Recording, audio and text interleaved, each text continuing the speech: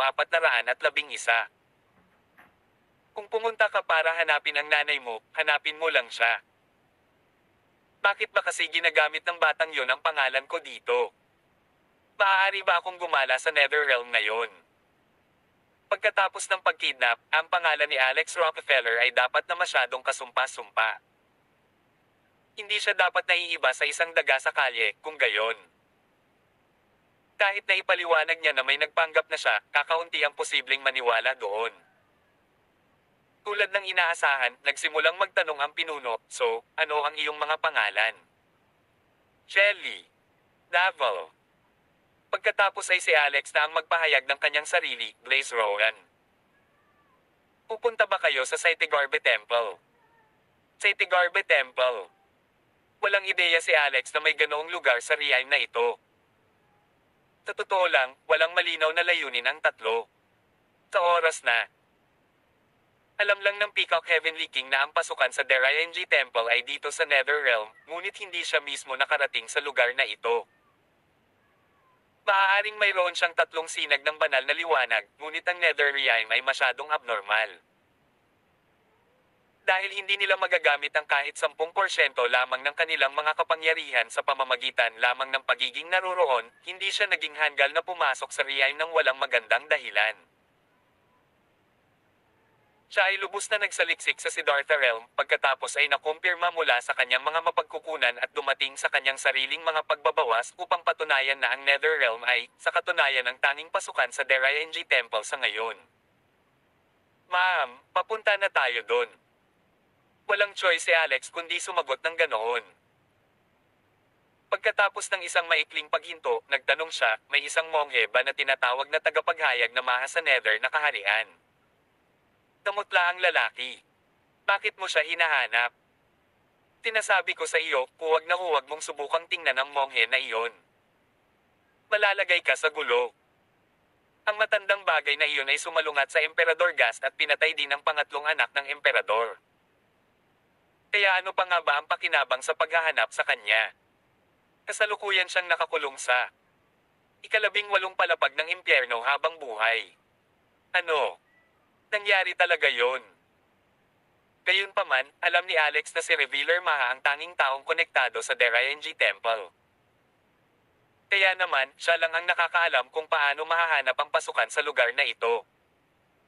Si Ancestor Body ay medyo may kasalanan din dito. Nang makatakas siya sa templo, agad niyang pinutol ang lahat ng pakikipag-ugnayan sa kanila dahil nag-aalala siyang magpapatuloy ang masamang body para sundan siya mamaya. Kung hindi, hindi na nila kailangang harapin ang mga ganitong problema.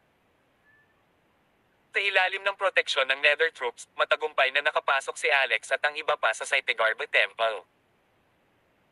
Pagkatapos noon, sunod-sunod na dumating ang maraming opisyal sa loob ng Gast City upang batiin sila.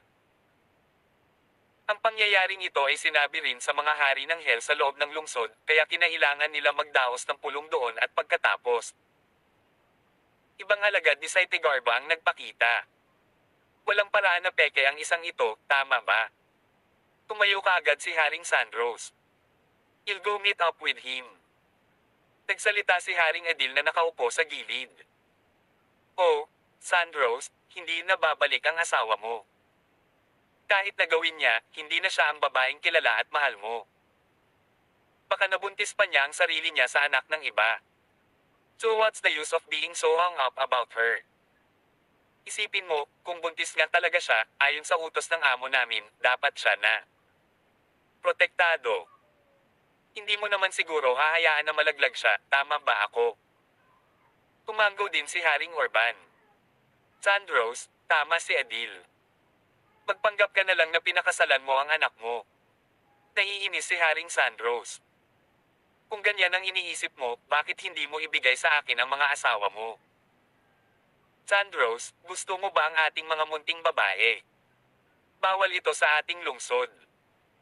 Kailangan naming sundin ang aming mga tradisyon at parusahan ka. F***, kailan ko pa nasabi yan?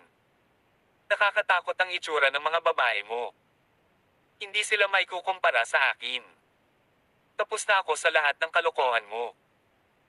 Kailangan kong hanapin ang alagad ni Saitigorbe. Kung isa pa siyang manloloko, I'll split ang ulo niya. Paglabas pa lang niya ng pinto, nanlamig siya sa kinatatayuan.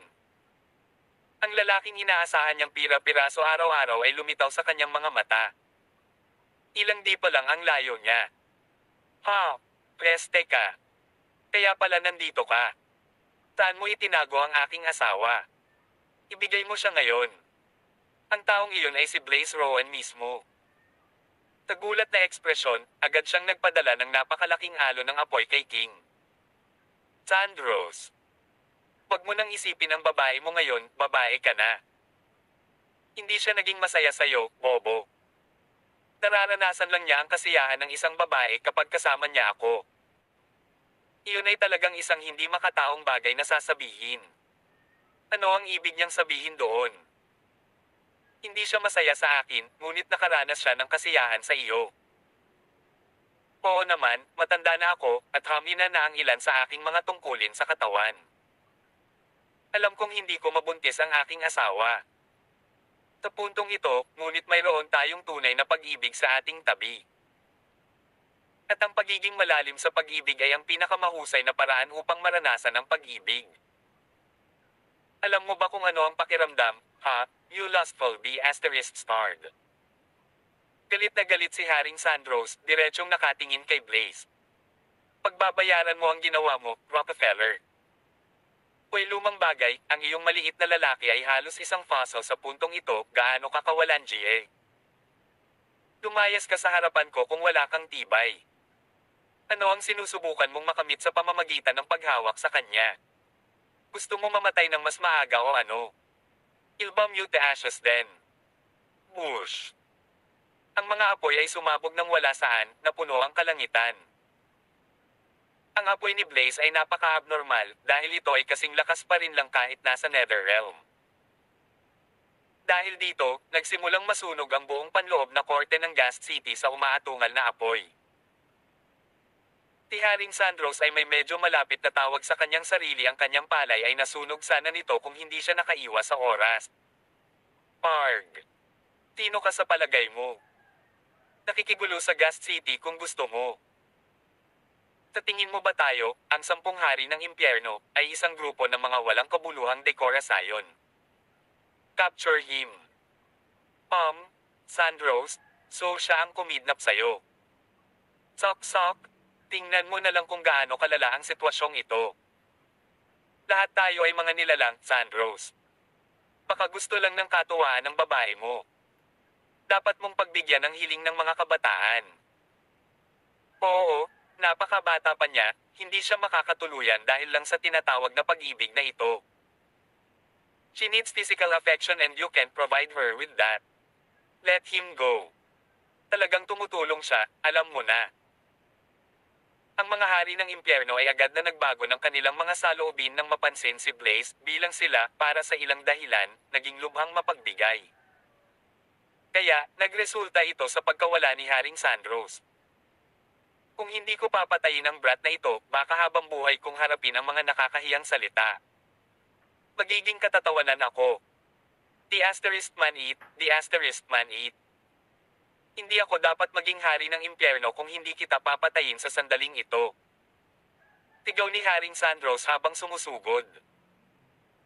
Bagamat talagang makapangyarihan ang apoy ni Blaze, isa pa rin siyang Hell King, at ang Netherrealm ay kanyang teritoryo.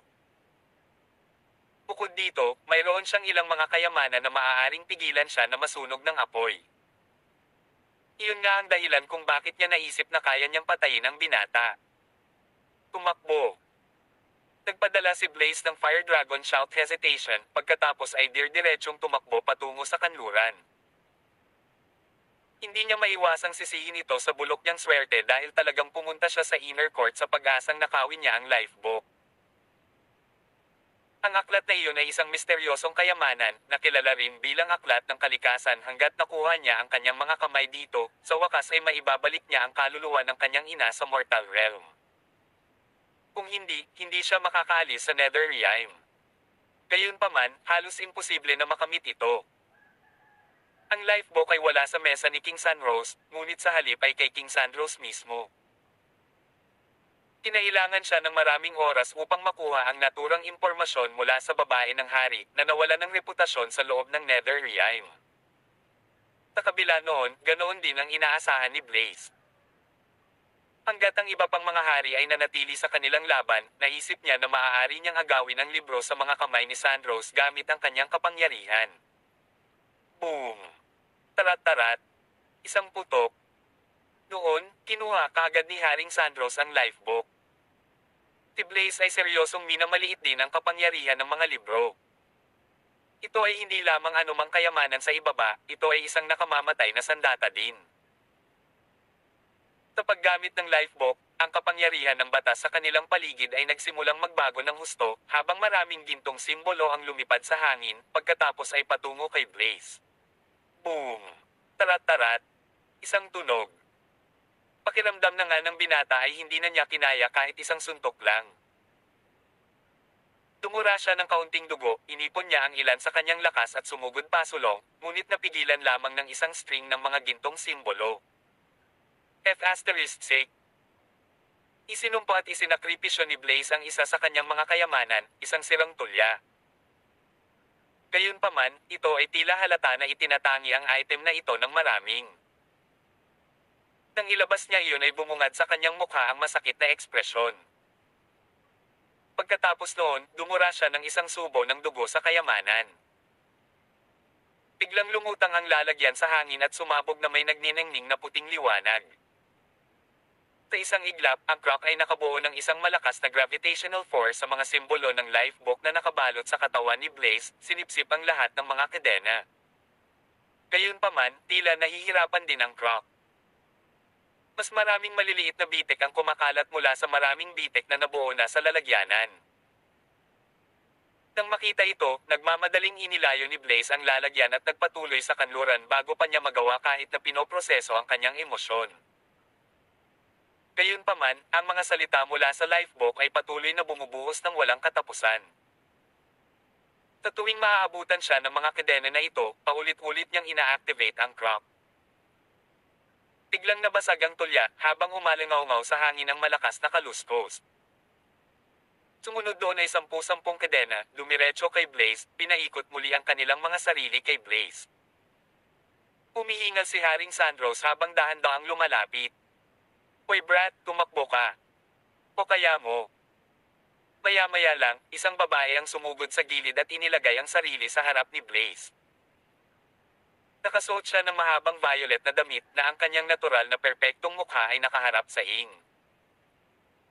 Mahirap tansyahin ang kanyang edad dahil mukhang bata pa siya habang tila may matandang kaluluwa. Ang babaeng ito, sa katunayan, ay kabit ni Haring Sandros. Umangon siya ng buong tapang para sa kanyang kasintahan. Maylin, ikaw. Anong ibig mong sabihin? Gusto mo ba talagang mamatay sa tabi niya? Hinawakan ng babaeng tinawag na Maylin ang kanyang tiyan at sinabing, Haring Sandros, buntis ako. Ano? You really did that with that shameless *****. Nakaramdam ng frustrated si Sandros na halos samukha siya ng dugo. Sagot ni Maylin. You should know this, I never liked you. Kung hindi mo ako pinilit sa katayuan at kapangyarihan mo, bakit ko gugustuhin na maging asawa ng matanda?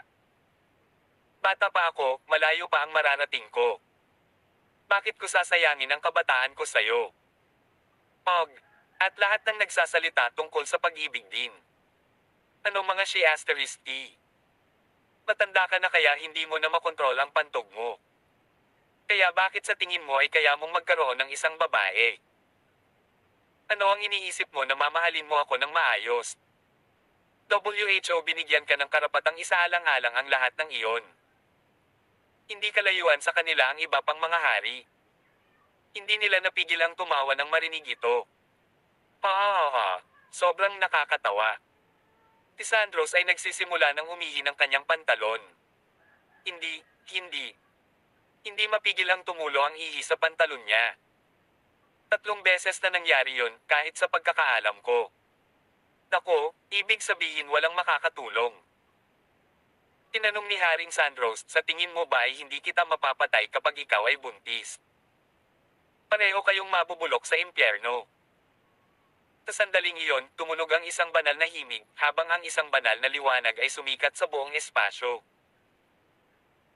Isang gintong figure ang lumapit na nagsasabing, Amataba, na pagkasunduan na ang mabuting kalikasan ay umiiral sa bawat nilalang, kaya mo bang pumatay ng buntis? Paano kung hayaan mo sila bilang paggalang sa akin? Ang pagtulong sa kanila ay pagtulong sa iyong sarili, alam mo ba? Si Alex iyon. Tumingon sa kanya si Sandros. Ikaw ba ang bagong Saitegarba? Tumango si Alex. You could say that. Sandros replied, You're being too controlling. This is my business, and this is nothing to do with you. Sagot ni Alex, hindi, nagkakamali ka. Kaya kung kontrolin ang anumang bagay sa loob ng Netherrealm. Nagdilim ang ekspresyon ni Sandros. Hindi pa nga kami sigurado kung ikaw ang tunay na Saitegarba, kaya paano ka magkakaroon ng mga karapatang kontrolin ang Ghast City? I'll give you a chance to prove yourself, alright. Now what's so hard about that? Nanginginig ang gininto ang katawan ni Alex na agad na nagpadala ng suntok sa dibdib ni Haring Sandros. Ilang chain ng mga simbolo ang nagmula sa lifebook upang ihinto ang pag-atake, ngunit ang suntok ni Alex agad na dumaan sa kanila dahil ang aklat ay ibinalik sa orihinal nitong anyo. Kinuha naman ito ng lalaki para sa sarili. Wap! Hindi makapaniwala si Haring Sandros sa kanyang mga mata. Ang aklat ng kalikasan ay nasa napakataas na antas, isang pag-iral na nirerango ang nangungunang limang sa maraming mahiwagang kayamanan sa Netherrealm. Sa kanyang pagtataka, ang taong nasa harapan niya ay nagawang patumbahin ang lahat ng mga kadena ng rune na pinakawala ng aklat ng kalikasan. Ang mga rune na ito ay hindi pangkaraniwan, ngunit sila ay pasadyang mga instrumento ng mga batas ng Netherrealm. Ang aklat ng kalikasan ay naglalaman ng walang limitasyong kapangyarihan, ngunit ito ay nasira. Hinawakan pa ito at kinuha. Masungit. Hindi basta-basta mahawakan ang aklat ng kalikasan. Pilasin mo at ibalik mo sa akin. Pilit na umungol si Haring Sandros. Hindi pwedeng basta-basta hawakan. Umiling si Alex. Casual mong ginagamit ito para pumatay ng mga tao, ngunit sinasabi mo sa ibang tao na huwag hawakan ito. Ang pinapayagan kay Jupiter ay hindi pinahihintulutan sa baka. Paano kung hinawakan ko ito? Biglang kumilos si Alex. Malakas niyang pinisil ang Nature's Book sa kanyang kamay. Agad niyang pinutol ang lahat ng imprint ng kaluluwa na may kaugnayan kay Haring Sandros gamit ang kanyang kamay na naglalaman ng Supreme Witch Power. Napahiyaw si Haring Sandros. Matapos maputol ang mga imprint ng kanyang kaluluwa sa aklat ng kalikasan, hindi na niya naramdaman ang aklat ng kalikasan. Ang aklat ng kalikasan ay tuluyan ng inagaw. Kunin mo. Dirdiretsong ibinato ni Alex ang Nature's Book sa kamay niya kay Blaze. Pagtingin kay Blaze, sinabi niya, narinig mo na tinatawag kang Alex Rockefeller, di ba? Awkward na ngumiti si Blaze. Tito, akala ko ang titulo mo bilang tagapagmana ng Saitegarba kapakipakinabang sa Netherrealm, ngunit hindi ko inaasahan na ito ay ganap na walang silbi. I asked this guy for a view of Nature's Book. Ang matandang geezer na ito ay hindi nagpakita ng anumang kagandahang loob. Tinabi pa niya na patay na si Saitegarba sa hindi kilalang tagal ng panahon. Ang Saitegarba Temple sa Netherrealm ay itinuturing na isang ilegal na gusali. Gusto niyang gibay ng Saitegarba Temple sa malapit na hinaharap. Umisi si Alex. Don't call me uncle. I'm currently your brother-in-law. Ha? Bahagyang natulala si Blaze. Tinong kapatid ko ang kinabit mo? Alex said, Phoenix Rowan. Tumango si Blaze. He didn't seem surprised and said, Phoenix is indeed a rare beauty. I'm not surprised at all because you both get together in the end. That time, alam ko na ang ending yung dalawa. May ibang umagaw sa aklat ng kalikasan ni King Sandros. Isa itong napakalaking insidente. Bawat hari ng impyerno ay hindi makaiwas dito. Sa isang iglap, sumugod din ang mga natitirang hari ng impyerno. May nagsabi, ikaw ang tagapagmana ng Saitegarba.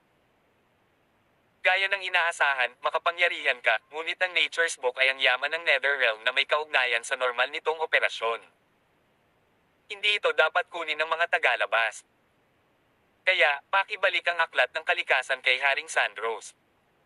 Bagamat kasalukuyang nasa kamay ni Blaze ang Nature's Book, masasabi ng lahat. Higit sa lahat, kailangan nilang umasa sa ugali ni Alex. Tinabi ni Alex na walang pagmamadali. Dapat tingin siya sa babaeng kumausap sa kanya. Kailanman ay hindi niya inaasahan na ang bayaw na ito ay may masarap na panlasa. Ang ginang ay may maisla na facial features. Iyon ay ang nakakapreskong pakiramdam na nagdala ng katwiran at isang bahagyang kahambugan. Tama iyon. Ito ay ang pakiramdam ng veteranong bituin, Julia Roberts. Siya talaga maaaring tanggapin bilang isang simbolikong kagandahang kanluranin. Kayo naman. Anong sitwasyon? Noon lang napag-usapan ni Blaze ang bagay na ito. Nalaman niyang nasa kamay ni Haring Sandros ang aklat ng kalikasan, kaya sinadya niyang nakawin ang aklat ng kalikasan dahil dito, hindi niya sinasadyang nakita na sinusubukang tumakas ng asawa ni Haring Sandros. Ang babaeng ito ay lubos na ayaw na maging asawa ni Haring Sandros. Sa halip, walang magawa siyang nagpanggap na sibilyan. Tapos, kasama niya si Blaze nung tumakas siya. Ano ang kailangan mo sa aklat ng kalikasan? Para iligtas ang nanay ko. Sabi ni Blaze, nakulong ang nanay ko sa ikasyam na palapag ng Hell Tower. Walang paraan para makaalis siya rito nang wala ang Nature's Book. Ikasyam na palapag ng impyerno. Agad na tanong ni Alex sa mga hari ng impyerno. Si Revealer mahaba ay nasa ika-18 sahig ng impyerno. Sa sandaling itinaas ang tanong, ang mga hari ng impyerno ay nagpakita ng iba't ibang mga ekspresyon. Medyo naging kakaiba sila sa ilang kadahilanan. May nagtanong, bakit mo hinahanap ang matandang monghe na iyon? Sinabi ni Alex, ako ang tagapagmana ng Saitegarba, at si Revealer Maha ay miyembro ng Budismo. Ngayon na nakulong mo siya sa ika-18 palapag ng impyerno, hindi mo ba naisip na dapat ko siyang iligtas? Iligtas mo siya. Ang ilang mga hari ng impyerno ay agad na nabalisa. Malamang na hindi mo alam kung ano ang ginawa ng monghe na iyon. Hindi pa siya tunay na miyembro ng Budismo mula noong nakalipas na panahon. Sa halip, siya ay isang terorista na ipinadala ng Derayenji Temple upang salakayin ang Netherrealm. Kung alam mo lang ang ginawa niya, ikukulong mo siya sa ika-18 palapag ng impyerno tulad ni Emperor Gast. Ang pagtanggap ng mga paghihirap araw at gabi ay ang kabayarang nararapat sa kanya. Oh. Can you talk about the specifics? Sorry, I can't. Emperor Gast has issued a gag order. No one can discuss this matter. Gusto kong makilala si Emperor Gast, pwede ba? Dahil ang ilang mga hari ng impyerno ay hindi makatawag ng mga shot, maaari lamang siyang pumunta at hanapin ang amo ng lugar na ito. Dahil dito, sinabi kay Alex na wala si Emperor Gast. Kung saan siya nagpunta. Siya ay isang mahusay na boss, kaya hindi niya ipinaalam ang kanyang detalyadong kinaroroonan sa mga empleyado sa ilalim niya. Kung ganoon, kailangan ko lang pumasok. Wala akong paraan para ibalik ang Nature's Book sa inyo. Alinman. Ay, ibalik ko ang kayamanang ito pagkatapos mahanap si Revealer Maha. Mapangahas. Kawakas ay galit na nagsalita si Haring Sandros, sa tingin mo ba ay magagawa mo ang anumang gusto mo sa Netherrealm dahil lang sa ikaw ang tagapagmana ng Saitegarba? Hayaan mong sabihin ko sa iyo. Ito ay imposible, not to mention isa ka lang inheritor ng Saitegarba. Kahit na narito si Saitegarba, lahat ng kanyang mga aksyon ay kailangang talakayin sa iilan sa atin. Sino ka? Immature fella, papatayin ko diretso ka kung hindi mo iabot ang Nature's Book. Smack. Pagkababa ng boses ni Haring Sandros, sinampal ni Alex ang mukha niya. Agad na namamaga ang kalahati ng mukha ni Haring Sandros dahil sa sampal at natanggal din ang 2 ngipin. Lahat ng naruroon ay namangha. Ang pagkatalo sa laban kanina at ang pag-agaw ng kanyang mahiwagang kayamanan ay hindi partikular na nakakahiya, ngunit ngayon, siya ay sinampal sa publiko. Ito ay isang malaking kahihiyan na kahit na ang mga ordinaryong tao ay hindi makayanan. Agad na napatulala si Haring Sandros. Inabot siya ng ilang segundong natauhan at napagtanto na nasample siya. Bukod dito, nangyari ito sa harap ng napakaraming matatandang tao. Dagendong. Nag-hysterical si Haring Sandros. Hindi na niya kinaya at buong lakas niyang ipaglaban. Sa kabilang banda, ang natitirang ilang hari ng impyerno ay gustong pagtawanan si Haring Sandros na nasample, ngunit ang mga hari ng impyerno ay nasa parehong hininga. Sa harap ng ganitong sitwasyon, kinailangan nilang magkaisa laban sa mga tagalabas. Sa sumunod na segundo, pinalibutan ng 10 o higit pang tao sina Alex, Blaze, at ang babae na iyon. Sa sandaling iyon, isang pambata na Bob ang nadala. You old fellows bully a few outsiders with so many of you. You still have the bad habits of the past. No wonder pandemonium reigned in the nether realm. Kayong 10 matigas ang ulo na matandang umutot, ito ang kinahinatnan ng pagpapabiye sa inyong mga tungkulin at pagpapayaman sa inyong sarili. Isang batang babaeng nakapula ang nagtayo ng tulay sa langit at naglakad. Yan ang Persephone's Folly Bridge. St. Tegarbus Persephone's Folly Bridge. The Asterisk Man. Star Witch yan, Rachel. Ang bawat Hell King ay nagkaroon ng matinding pagbabago sa ekspresyon pagkatapos tumingin ng malinaw kay Shelly na naglalakad sa tulay ng langit ng hakbang-hakbang. Ang ilan ay nanginginig pa ang kanilang mga balbas na parang nakakita ng nakakatakot. Hindi ba? Hindi ka ba namatay? Tama iyan. Nakita ko ito ng sarili kong mga mata. Walang paraan na buhay ka pa. Ghost ba ako kung ganoon? Lumapit si Shelly kay Alex at tumabi kay Hin. Kamukha niya ang anak ni Alex. Nagtanong si Haring Sandros, magkasama kayo. Ano ang relasyon ninyo? Sabi ni Shelly, tagapagtanggol niya ako. Pagkatapos ng isang paghinto, nagpatuloy siya, dahil wala si Emperor Gast, bakit hindi nyo kami samahan sa paglalakbay sa impyerno?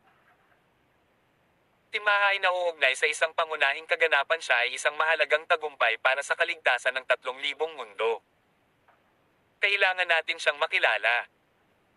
Para samahan kayo sa Hell Tower. Matapos marinig ang mga salita ng bruhang si Shelly, lahat ng mga hari ng impyerno ay halatang ayaw gawin iyon. Ang Hell Tower ay naglalaman ng kabuuang 18 palapag.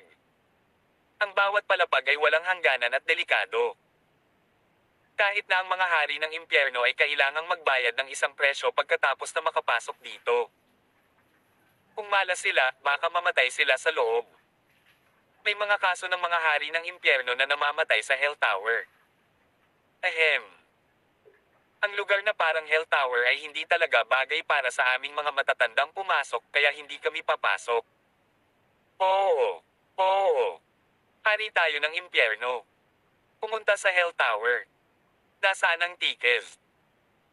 Nagtanong si Haring Orban, sinabi mo lang na ang Revealer Maha ay nauugnay sa kaligtasan ng 3,000 mundo. Ano ang lahat ng ito? Ang Deraenji Temple ay kasalukuyang nasa ilalim ng kontrol ng masamang Budismo. Ang dakilang sinaunang demonyo ng Chi Universe ay maaaring nasa likod ito. Ngayon, nilalamon nito ang Star Nest Nodes ng 3,000 mga mundo. Sa sandaling lumunin ng Deraenji Temple ang lahat ng Star Nest Node, ang lahat ay mawawala na. Ipinaliwanag muli ni Shelly ang kalubhaan ng bagay. Ang ilang mga hari ng impyerno ay nanlaki ang mata matapos marinig na kung ang bagay na ito ay totoo, kung gayon di magiging isang malaking bagay. Tanong ni Alex, ano ang ginawa ni Revealer Maha para masaktan si Emperor Gast? Ang 10 hari ng impyerno ay nawalan ng salita, na para bang ito ay isang ganap na hindi masabi na bawal. Galit na sigaw ni Shelly, bakit hindi mo sabihin agad? Si Revealer Maha ang susi ngayon. Gayunpaman, si Revealer Maha ay inatasan ng Deraenji Temple na pumunta sa Netherrealm para maging opisyal.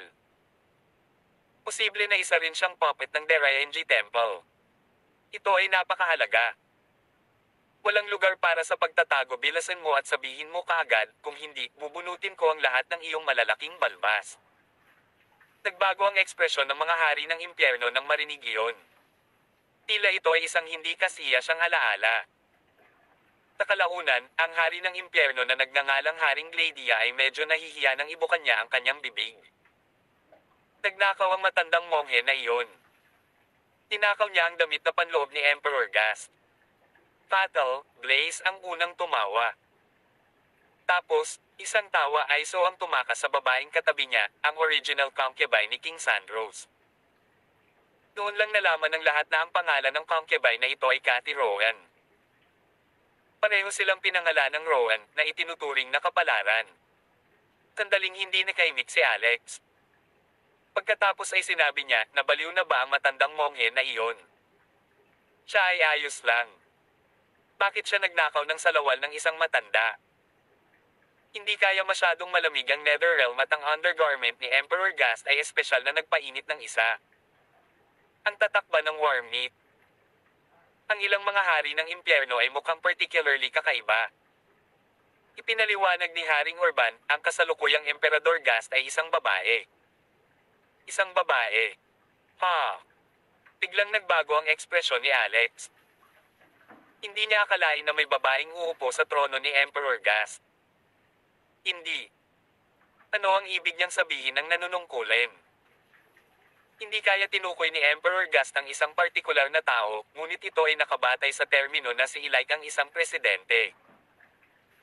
Kailangang isagawa ang pagboto at halalan kapag natapos na ang termino. Si Shelley, na tila nakakita sa tanong ni Alex, ay nagpaliwanag, si Emperor Gast ay talagang term-based. Karaniwan, ang isang termino ay tumatagal ng 10,000 taon.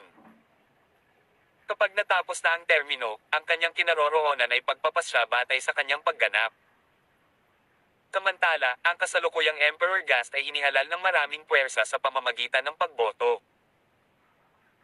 Gaya ng inaasahan, maging ang Netherrealm ay nakipagsabayan sa mga panahon at isang sistema ng pagboto ang ginamit.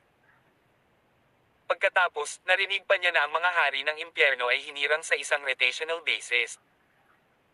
Ang mga hari ng impyerno ay may mas maikling termino. Ang isang termino ay tumagal lamang ng 5,000 taon.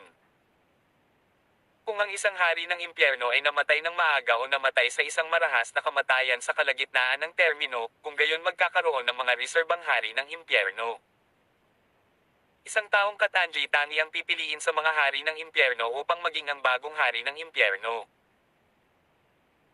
Hindi lang nag-isip si Alex matapos marinig ang tungkol sa isang nobelang bagay, kahit si Blaze, na dumating sa Netherrealm sa loob ng maraming taon, ay narinig ito sa unang pagkakataon. Gayunpaman, bakit ninakaw ni Revealer Maha ang kasuotang pangilalim ni Emperor Ghosts? Hindi niya sinasadyang ipagpatuloy ang secular na buhay, tama. Sumagot si Haring Orban, ang matandang monghe na iyon ay mukhang napakalikot sa isang sulyap. Hindi siya isang mabuting tao. Walang garantiya na siya ay isang monghe na hindi sumusunod sa mga utos ng Budismo. Kapag nakita niya ang napakagandang emperor, lumalabas ang kanyang pagnanasa, at nilalabag niya ang utos ng pagnanasa. Mahirap igaran siya iyon. Tanong ni Alex, napakaganda ba ng emperador mo? Sinabi ni Haring Orban, syempre. Masasabing ang nanunungkulan na si Emperor Gast ang pinakamaganda sa 10 milyong taon. Tanungin mo si Haring Sandros kung hindi ka naniniwala. Ano ang nangyari noong nakita mo ba ang Emperor sa unang pagkakataon? Halos hindi na siya makalakad at ibinagsak ang sarili sa isang haligi. Nabasag ang haligi, dahilan para mawalan siya ng 1 taon na stipend. Ahaha. Tawa ng tawa si Blaze. May criminal record pala itong matandang lecher. Pinandilatan ni Haring Sandro si Haring Orban. Bakit mo ito pinag-uusapan? Bumalik sila sa pangunahing paksa. Batay sa pagkaunawa ni Alex kay Revealer Maha, hindi siya dapat maging isang taong magnanakaw ng isang damit na panloob ng babaeng emperador. Siya kaya ay naging isang alipin ng masamang Budismo tulad ng haka-haka. Marahil siya ay nasa ilalim ng kontrol para sa ilang kadahilanan. Kahit na kontrolado siya, hindi niya maaaring ninakaw ang mga bagay na iyon.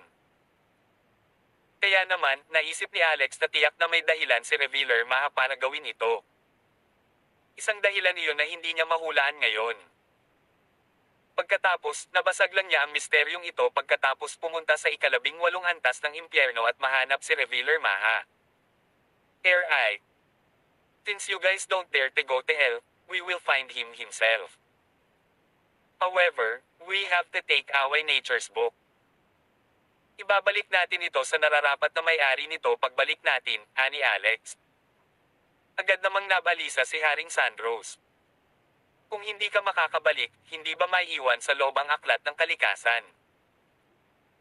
Kung wala ang nature's book, ang pagkakasunod-sunod ng Netherrealm ay haharap sa isang seryosong problema.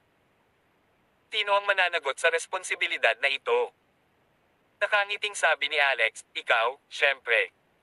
Nawala mo ang nature's book sa iyong kamay. Kung hindi ikaw, sino pa ang hahanapin? Mapupunta ka lang sa impyerno at dahan-dahan mong hahanapin pagdating ng panahon. Halos magmura si Haring Sandros. Paano magkakaroon ng immoral na katulad mo? Napakalaki ng Hell Tower. May ika-18 palapag sa kabuuan. Sino ang nakakaalam kung saan ka mawawala? Hindi ko ito mahahanap sa buong buhay ko. Tinabi ni Haring Gladia, Sandros, sa palagay ko ay dapat mong samahan sila sa paglalakbay sa Hell Tower. Tiningnan siya ni Haring Sandros sa gilid ng kanyang mata. Bakit hindi ka pumunta? Ang aklat ng kalikasan ay inagaw sa iyong kamay. Nasa iyo ang responsibilidad. Kapag bumalik ang emperador at pinanagot ka, kailangan mong pumasok sa Hell Tower. Bukod dito, magiging iba ang kalikasan nito. Nang marinig iyon ni Haring Sandros, namutla siya ngunit mukhang galit. Maya-maya, malamig na ngumuso siya kay Alex. Sige. Tasama ako sa inyo. Ang usapin ng paghahanap kay Revealer Maha ay partikular na apurahan. Nang makatipan na ang kakaunting tao ay agad silang umalis. Una, pinuntahan nila ang matabang paboril sa Saitegarba Temple. Ang taong iyon ay magulo ang ulo at hindi makalakad ng tuloy-tuloy. Hindi talaga nila maintindihan kung bakit siya pumunta dito. Kathy. Sa sandaling iyon, tumingin si Haring Sandros kay Kathy. Ang Heli Tower ay delikado. Mas mabuting huwag kang pumunta doon. Manatili ka rito at hintayin ang aming pagbabalik. Sa hitsura nito, si Haring Sandros ay medyo maasikaso kay Kathy. Gayunpaman, niyakap ni Kathy si Blaze at sinabing, hindi. Walang makakapaghiwalay sa amin ng asawa ko. Ang aming pamilya ng tatlo ay kailangang mamatay ng magkasama. Napangiwi si Haring Sandros. Mas pangit lang ang itsura niya kaysa kumain ng langaw. Tinabi ni Shelly, Sandros, bakit hindi ka tumingin sa salamin? Matanda ka na para maging isang tao ama ng iba, ngunit gusto mo pa ring maging asawa ng iba. May kakayahan ka ba? Paano ito? Kapag ipinanganak ang bata, ikaw ang magiging ninong ng bata. Ano sa tingin mo? Hindi. Direktang tanggi ni Blaze. Tirichit *S. Makalipas ang isang araw, umalis ang grupo sa Gast City at pumunta sa isang malawak na bunganga ng bulkan. Sabi ni Blaze, ito ang pasukan sa Hell Tower. Nalakad ko na ang unang siyam na palapag. Ako ang manggengune sa daan.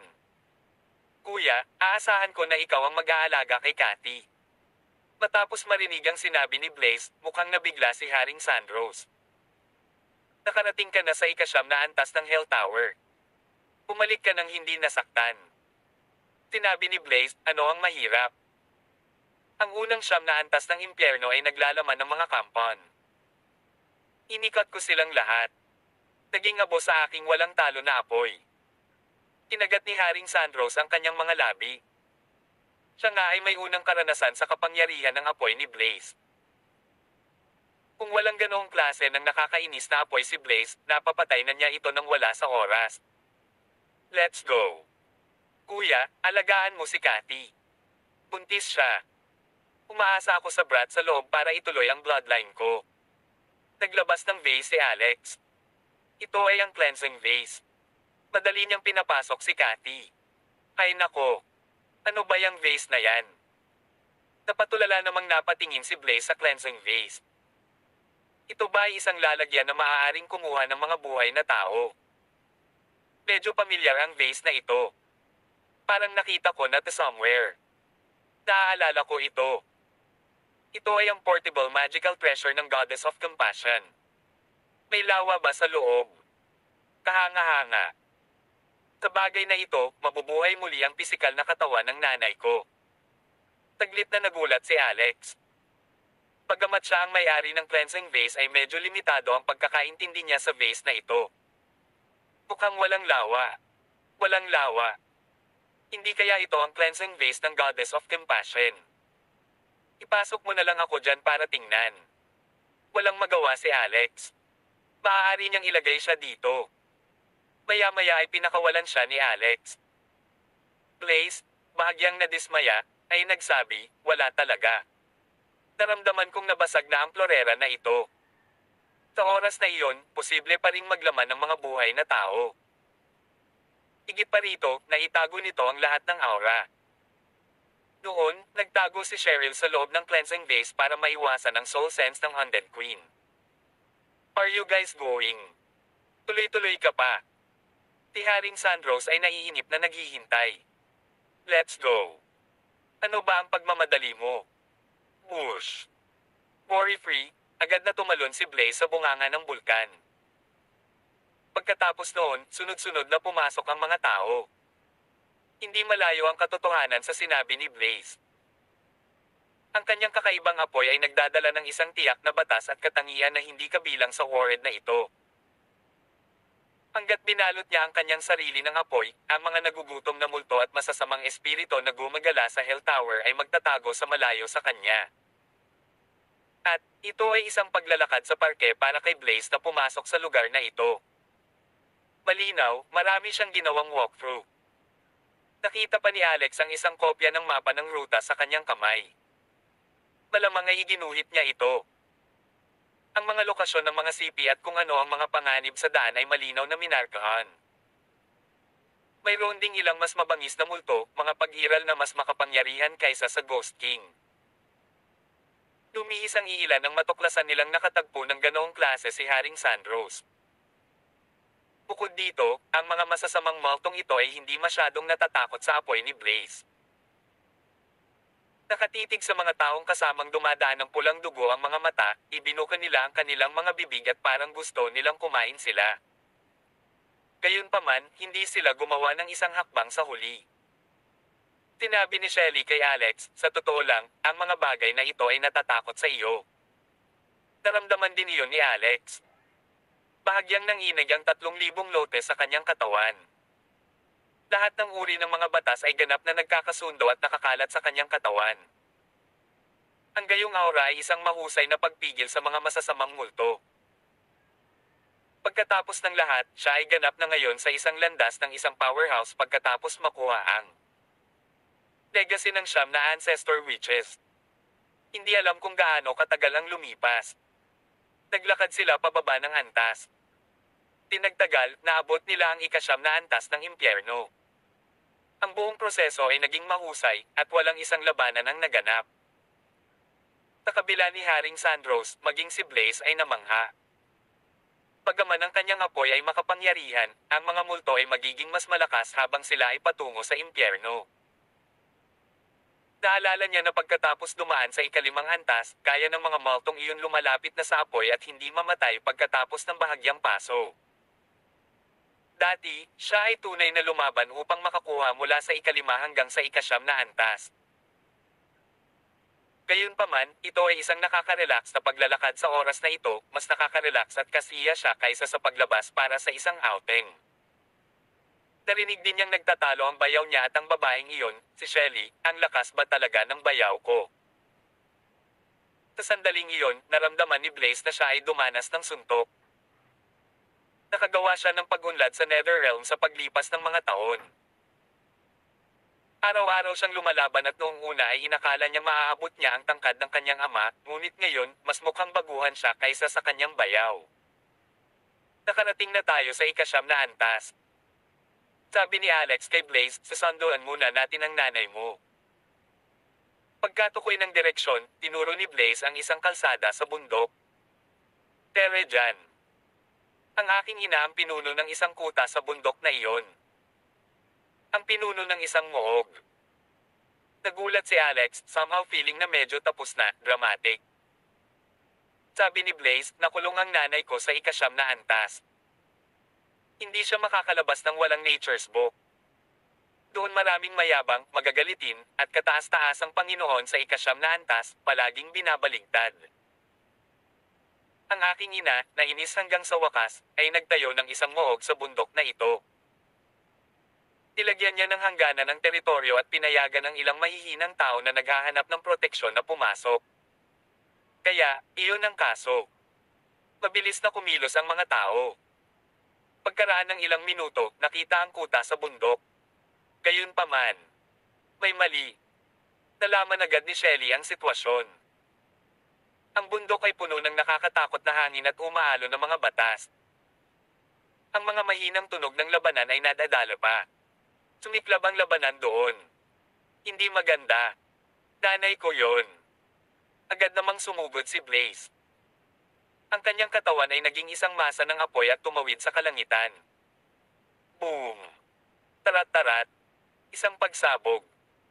Dahil dito, bumangga siya sa isang transparent na force field. Ito pala ay may nakalagay na force field sa bundok na ito. Hindi nakapagtataka na hindi nila narinig ang tunog hanggang sa makarating sila dito. Swoosh! Dumiwanag ang figure ni Alex at lumapag sa tabi ng force field. Nabigo si Blaze na pasabugin ang force field kahit ilang beses nang subukan, kaya tinanong niya si Alex, Brother-in-law, alam mo ba ang mga spell formations? Hindi na kailangang i-decipher ang ganitong klase ng force field, sagot ni Alex. Boom! Tarat-tarat. Isang tunog. Direkta siyang nagpadala ng suntok. Ang lumalakas na banal na kapangyarihan ay napapaligiran ng mga awiting Budista. Gawa sa mga elemento ng yin, ang force field na ito ay pinakakinatatakutan ng Buddhist power o holy energy. Taglit na nanginig ang force field sa ilalim ng mabangis na suntok ni Alex, at sa sumunod na segundo, nabasag na parang bula. Nang masira ang force field, pumasok si Blaze. Sumunod si Alex sa likuran niya. Ilang sandali pa, nakita nila ang isang babae na nakikipaglaban sa dalawang multo na nababalot ng enerhiya ni Yin na may mahabang sibat sa kanyang mga kamay. Ang babaeng ito ay ang ina ni Blaze, si Lucretia Ephemera. Tumali si Blaze sa labanan at nagpakawala ng all-out flame attack. Ang apoy ay may isang mahusay na dami ng kapangyarihan at maaaring mapawi ang presyon ni Lucretia. Blaze, bakit ka na naman pumasok? Pilasan mo at umalis ka sa lugar na ito. Tigaw ni Lucretia na may kasamang isang seryosong ekspresyon. Mom, I've acquired nature's book. I can take you and live together, masayang sagot ni Blaze. Nang makita ang kanyang ina, ang kanyang ngiti ay parang batang hindi pa lumaki. Ano? May nature's book ka sa kamay mo. Ang dalawang nilalang na Yin ay agad na nagpakita ng kanilang orihinal na anyo. Dalawa silang nasa katanghaliang gulang. Nakatitig ng mabuti kay Blaze, tuwang-tuwa sila. Ibigay mo ang aklat ng kalikasan, at ililibre ka namin ng iyong ina. Nakangiting sabi ni Blaze, hindi mo naman siguro alam na may mangyayaring sakuna sa iyo, diba? Ano? Nagulat ang dalawang lalaking nasa katanghaliang gulang. Pagkatapos noon, naramdaman nila ang nakakatakot na aura na papalapit sa kanila. Nang lumingon sila, dalawang lotes ang tahimik na lumipad sa harap ng kanilang mga mata. Ano ang mga ito? Ang sumunod na segundo, ang ginintoang liwanag ay sumabog mula sa dalawang lotes at agad na binalot ang dalawang tao, kinaladkad sila sa lotes. Swoosh! Pumalik ang mga lotes sa katawan ni Alex. Dahan-dahan siyang humakbang at pinalaki ang babaeng nakapula. Pagkatapos ay sinabi niya, nalulugod akong makilala si Tita Lucretia. Si Lucretia ay tumingin sa lalaki sa harap ng kanyang mga mata na may takot. Siya ay isip blown.